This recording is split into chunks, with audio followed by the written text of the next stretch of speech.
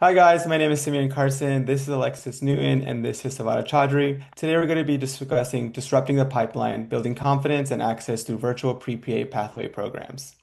So representation matters. Think about the last time you needed guidance on something high stakes, a college application, the career decision, and imagine having no one in your corner to help you navigate through it. That's the reality for millions of students from lower income backgrounds and rural backgrounds who want to become PAs. These students aren't less capable, they're less connected.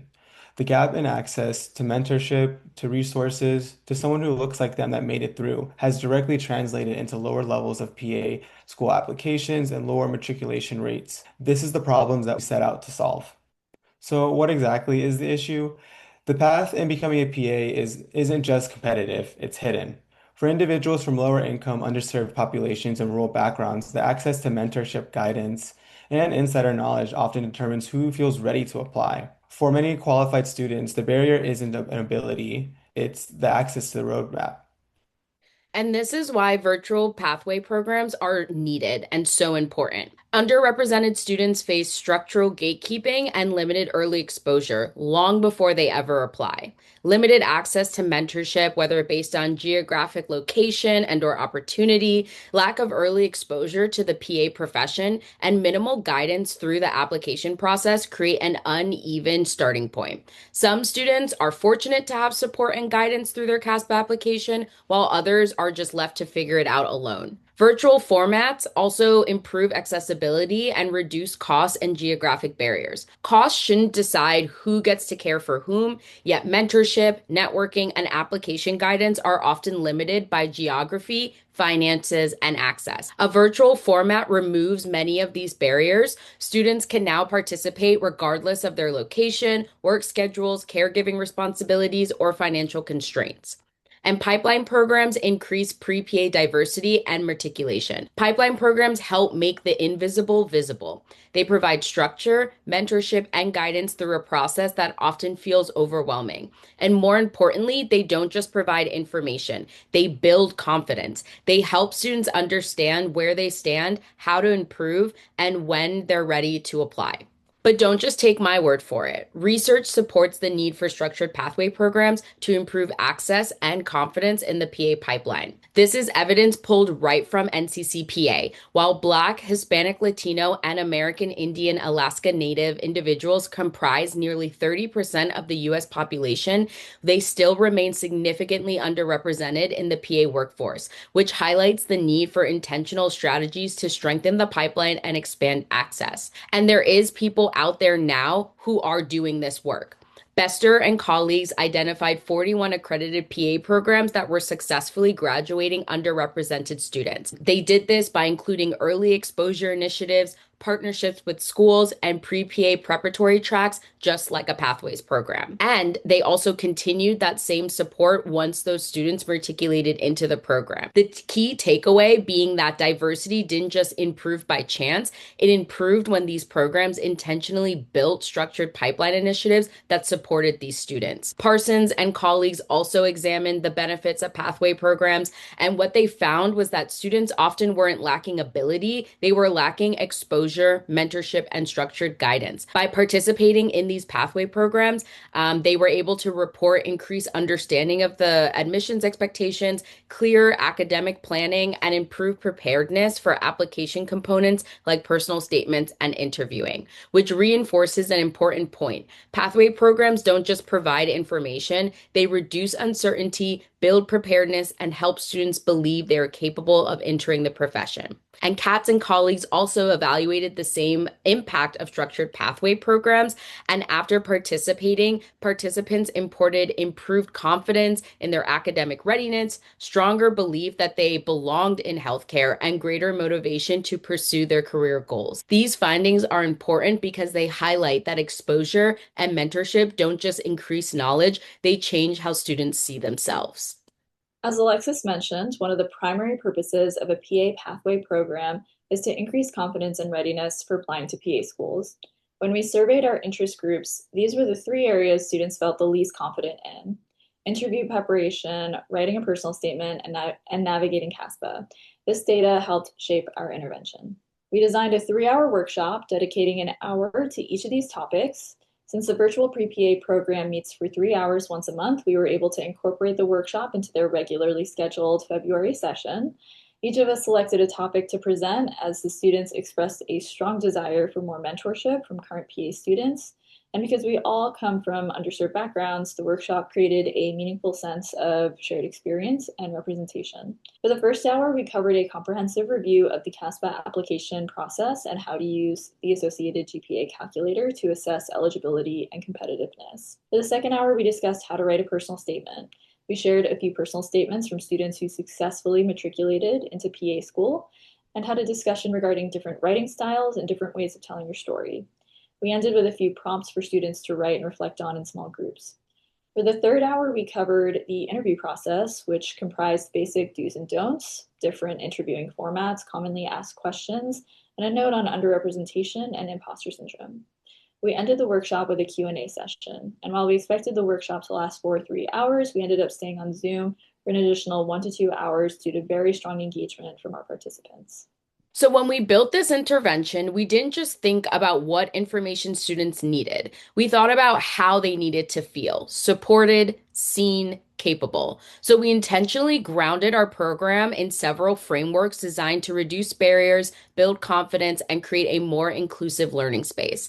Through a health literacy lens, we focused on improving application literacy because for many students, the PA application process itself can feel overwhelming and difficult, and some of the requirements all require knowledge that isn't formally taught. So we broke those complex steps into clear, manageable pieces. By simplifying the process and providing structured guidance, we weren't just giving information. We were helping students feel more confident navigating the application, and that directly targeted the gaps we identified in our needs assessment.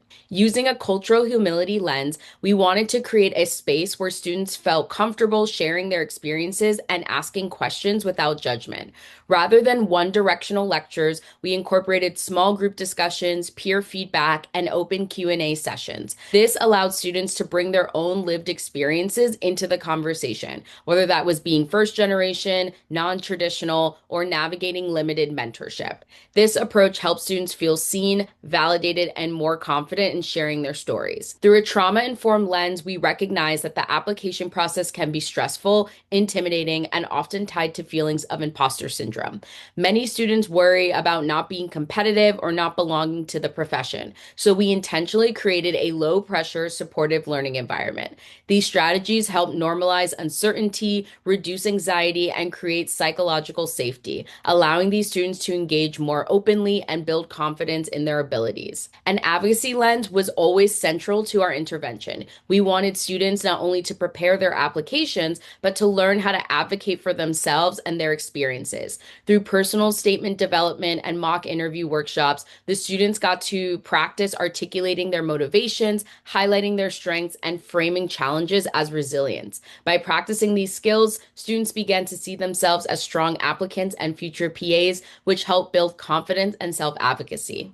And finally, equity and inclusion guided the overall design of our intervention. We intentionally chose a virtual format to reduce geographic, financial, and scheduling barriers that often limit access to mentorship. Students were able to participate regardless of location, work commitments, or competing responsibilities. This expanded access to guidance that many may not otherwise receive. So, how did the workshop go? We surveyed 13 participants before and after our intervention. The surveys consist of 10 questions regarding confidence on the Likert scale and 1 to 2 open-ended questions. Let's take a look at some of the results as they relate to our objectives. Our first objective was to assess for increased confidence in navigating the CASPA application platform and understanding the GPA calculator as it relates to the PA school application process. We first asked whether participants felt prepared to complete the CASPA application accurately and efficiently. In the pre-survey, the mean response was 2.92, as shown on the top left. Following the intervention, the mean increased to 4.15 on the post-survey, seen on the top right. This represents a statistically significant improvement with a p-value less than 0.01. We next assessed the participants' understanding of how CASPA calculates and categorizes GPA. The pre-survey mean was 2.62, which increased to 4.31 in the post-survey, an increase of 1.69, and the largest improvement observed across all measures. This change was highly statistically significant with a p-value less than 0.001. Our second objective was to assess for increased confidence related to writing a personal statement. Participants' confidence in writing a clear, reflective, and authentic personal statement increased from a mean of 2.92 pre-intervention to 4.23 post-intervention. This represents a highly statistically significant improvement with a p-value less than 0.001. As we can see, there's a shift in responses from low and moderate confidence to high confidence. Our third objective was to assess increased confidence related to professional interviewing for PA school. Participants' confidence in answering common PA school interview questions increased from a mean of 2.77 pre-intervention to 3.92 post-intervention. This also reflects a statistically significant improvement with a p-value less than 0.01. And again, we see a similar shift in responses from lower confidence levels toward higher ones. In terms of our discussion and analysis, these results overall showed a significant increase in confidence across the board. This workshop had a clear and meaningful impact on the participants, which was incredibly rewarding for us to see both personally and professionally. These findings demonstrate that a structured student-led workshop can significantly improve both knowledge and confidence levels related to the PA school application process. Participants showed statistically meaningful growth in every metric we measured. The largest improvements were observed in understanding the CASPA application platform and GPA calculator. For most participants, these systems were entirely new as they've never applied to PA school before, so walking them through the platform in real time allowed participants to better understand how the system works, which likely contributed to the increase. Notably, improvements in personal statement and interview preparedness highlight the value of mentorship and guided reflection. This workshop was led by current PA students from similarly underserved backgrounds, which fostered a for us, by us environment that likely contributed to increased engagement, relatability, and creating a safe space. Limitations of the study include small sample size, reliance on self-reported confidence measures, aggregate data, which means we weren't able to get individual level pre and post results from the same participant for each question. We only have pooled data from the entire group, and no long-term outcomes due to time constraints. It would have been ideal to measure how many of the participants that attended the workshop actually made it into PA school. That being said, we hope that future studies have larger cohorts with individual level data and long-term outcomes for more robust and generalizable results. Lastly, this study has important implications for pre-PA support programs. The intervention demonstrates a promising, scalable approach to improving preparedness and confidence among pre-PA students, especially those from underrepresented backgrounds. So, reflecting from our intervention, some stars that I would say our group was discussing was that overall, I think the intervention went extremely well. Our Q&A session went 2 hours over our scheduled time, and it wasn't because these guys were overstaying their welcome.